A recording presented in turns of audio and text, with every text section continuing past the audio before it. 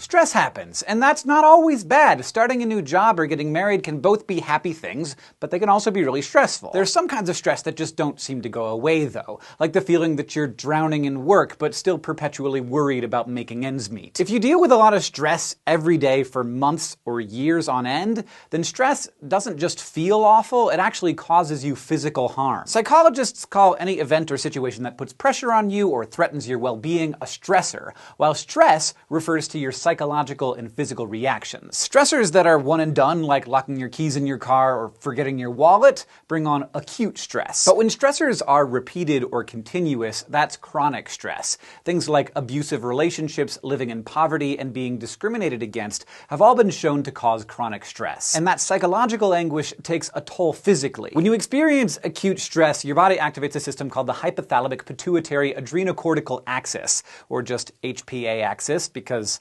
why would you want to say all that other stuff over and over again? It starts deep in your brain, in the limbic system, the part responsible for a lot of your automatic emotional reactions, among other things. There, a region called the hypothalamus releases hormones that start a whole chain of more hormones being released, first by your pituitary gland and then by your adrenal glands, which release a bunch of adrenaline and cortisol into your bloodstream. And those two hormones trigger the fight-or-flight response. They boost physical activity by increasing your blood sugar and blood flow to your muscles and bump up your metabolism at the same time. The idea is that the physical boost helps you fight the stressor or run away. So like if you were suddenly face to face with a bear, the surge in energy would help you either outrun it or go all like revenant on it. The same system is activated by chronic stress, but things get a bit more complicated. Researchers have found that people under some kinds of chronic stress have perpetually high cortisol levels, as if their HPA axis is running constantly. For others, it can depend on the timing, with higher cortisol levels near the start of the stress before it actually dips lower than usual.